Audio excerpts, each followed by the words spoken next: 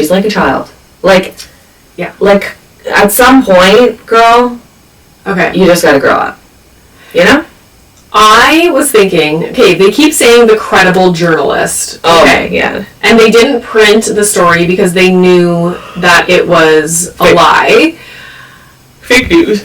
Like, did Kiki Monique lie? Like, who told the journalist? Yeah, who lied? Kiki Monique? Interesting. But, because, like, these were my thoughts as I was watching the episode, but then by the end of the episode, I was like, this is what happened. Because Katie completely came clean, and she was like, we all went to that dinner last fall, or in the fall, whatever it was. All the couples.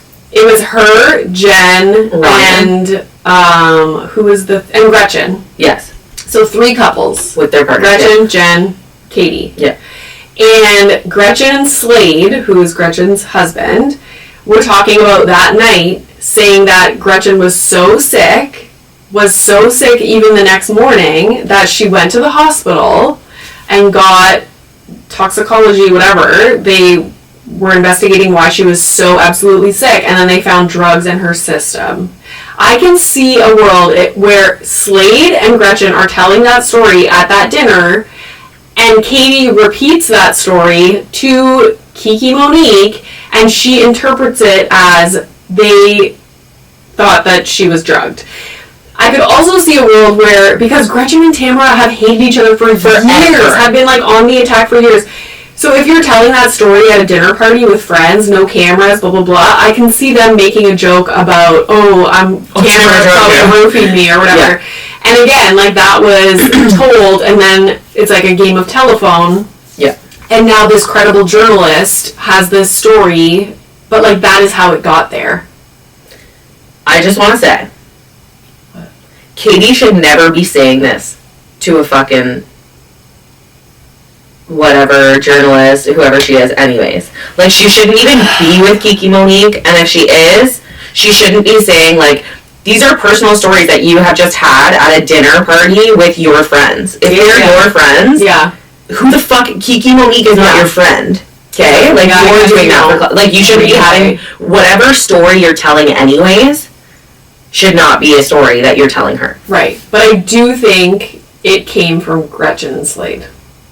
Sure. Initially. Sure. Yeah. And then Gretchen was even caught in a lie because she says that she didn't go to the hospital, but then she says that she did. Yes. So, like, which is it? Which, like, we know she's drama. Sometimes people enhance their stories. Yeah. Like, we know that. But regardless, this never would have been a thing if she didn't just go to... Because when Katie's husband was like, well, I can tell you one thing, like, you're not lying. Yeah. I was like, he's the speaker of truth. Yeah. Like, I trust this man. I don't know what it is. It's like, I just, something about him that I just trust. Agreed. Yeah. He seems very, like... At the same point in time, I was thinking, like, if you really want a point to be true, you're going to have your husband, who is a witness, defend you, obviously. Mm-hmm. So, like, that to me was like, meh. I also feel like if you went to the hospital and they said, yes, ma'am, you have drugs in your system, they're going to tell you what the drugs were. Correct. So what was the drug? Yeah. Correct. What was the drug? Also, this was so fucking long ago. Like, how is this a main storyline?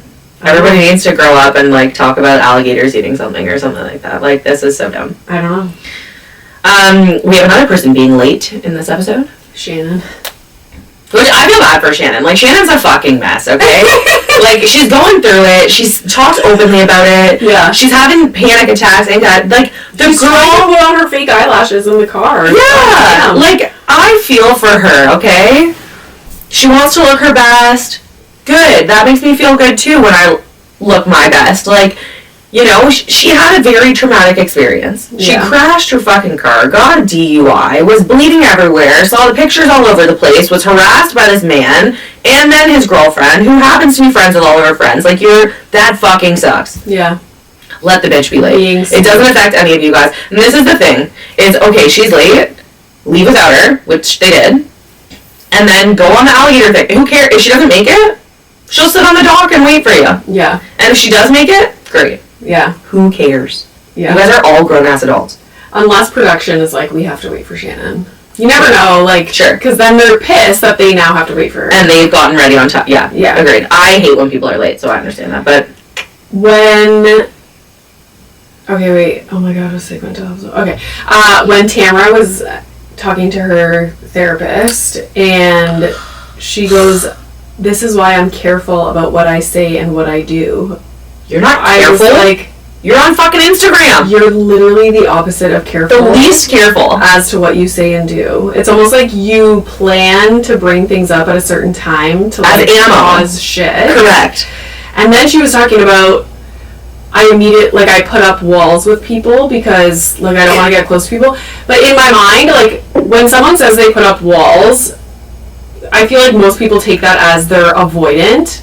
She's the opposite. Like, I think to her, putting up walls means, like, she's gonna cause issues between her and others. Or, like, cutting people off.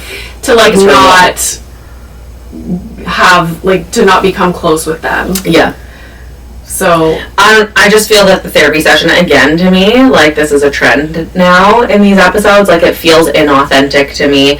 She's like, no one checked in on me. No one cared. Like, you're showing them that you removing yourself from that situation, leaving New Orleans, was not for you to get space and, like, work on yourself. It was attention seeking. Like, by you saying, like, no one came and checked out, like, you're just showing that's Heather, what you wanted. like Heather said, I texted you didn't respond. She's creating a narrative, which she often does, Tamra, and making sure that the story fits her narrative. Mm-hmm. At all costs. Yeah. Ignoring people messaging her because she doesn't want anyone to message her. She wants to create this point that, like, well, she's isolated. She's the victim. Like, it bothers me. Yeah. Ew.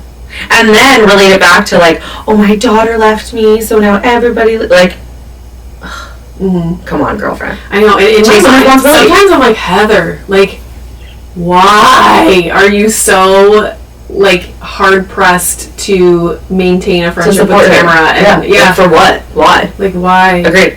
It's kind of weird, especially for somebody who is so level-headed. Like, Heather is very, like, yeah, she's no bullshit. But, like, for Tamra, she is. It's weird. I know. Maybe she is, like, really loyal because they've been friends for a long time. Yeah, I don't know. I don't know. The Emily and Shane, Emily is so tough. I totally feel for her. Okay, you can see why when something major happens in a family with a child, how it is so difficult for the parents to get through that issue because everybody reacts to things differently. Everybody has different coping mechanisms. And so his coping mechanism is to be like, well, it is what it is. Like, everything's fine. There's nothing that we can do about it. We're going to have to just, like, do our best and move forward. Yeah, like, let's do it. Yeah. I can see his point of view totally. I can also see her point of view totally and being, like, devastated and upset and, like, emotional.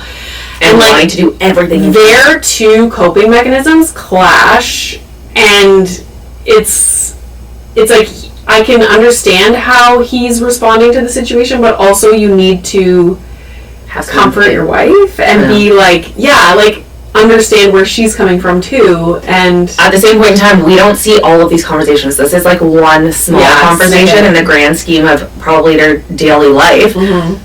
And so he might just be at the point where he's fed up because he's been compassionate. Like, we don't know. I'm not saying, like, giving him the benefit of the doubt or anything, but, like, we just don't know the conversations that have been had. And those feelings are real feelings on both sides. And it's not that one cares and one doesn't care. I think they both care very deeply. It's just must be very difficult to get through all of that. Her speaking about, like, the mom guilt, like, I understand that so completely. It's like, no matter what you're doing, you feel guilty. And what really resonated with me the most, which if there's other moms listening, probably they feel the exact same. I get this all the time because I have one child who is very difficult to parent, and he has a lot of meltdowns and things like that. And my husband will always say to me the same thing that Shane said to Emily, like, well, that doesn't happen when you're here. Or when you're not here, sorry. Like, when you're not here, that never happens. He doesn't freak out like that when you're not here. The second you get here, like, that's when he's bad. And I hear that all the time from my husband, which I know I shouldn't make this in my head, but it immediately makes me feel like I'm the problem. You're the problem, or you're his safe space where he can... That I know that that's why, but it makes you feel like, oh, well, if everyone's better off without me, and then you have the mom guilt on top of that, like, it's... I feel for Emily, and, like, when she immediately cries, I'm like, that's how I feel, too. Mm-hmm. Like, parenting is so difficult. Parenting while having a career extremely difficult. Parenting while having other responsibilities, so difficult. And then parenting while trying to also take care of yourself, which she's doing, very hard. Yeah. You know? I know the meltdown thing, what's it called? Like, you know how like when kids come home from school and then they have, I forget what the word is for that, but even with Milo being at my mom's this week, I'm thinking I'm gonna get there and like shit could fucking hit the fan, because he's been like probably on his best behavior and like trying to be like, you know, mature and like, and I'm like, oh, what's gonna happen when I get there? Space, yeah. But like, that's what happens. Yeah. But I really just love that they keep that as a storyline, and they really are sharing openly as a family, because there are so many people going through this. Mm-hmm. Whether it's an actual diagnosis with your child or it's just different behaviors, like I think that happens in everybody's family. Next week, lie detector test. What the heck? That is insane to me. Like, we're busting out a lie detector test. Anyways, I'm curious to see the results. I feel like every time people do a lie detector test, it's like, oh, results are inconclusive. I hate that. Or like, oh, it says this, but it could have been, you know, X, Y, and Z. Yeah. Like, why are we even doing it? Like, Agreed. Is it real? Is it true? I know.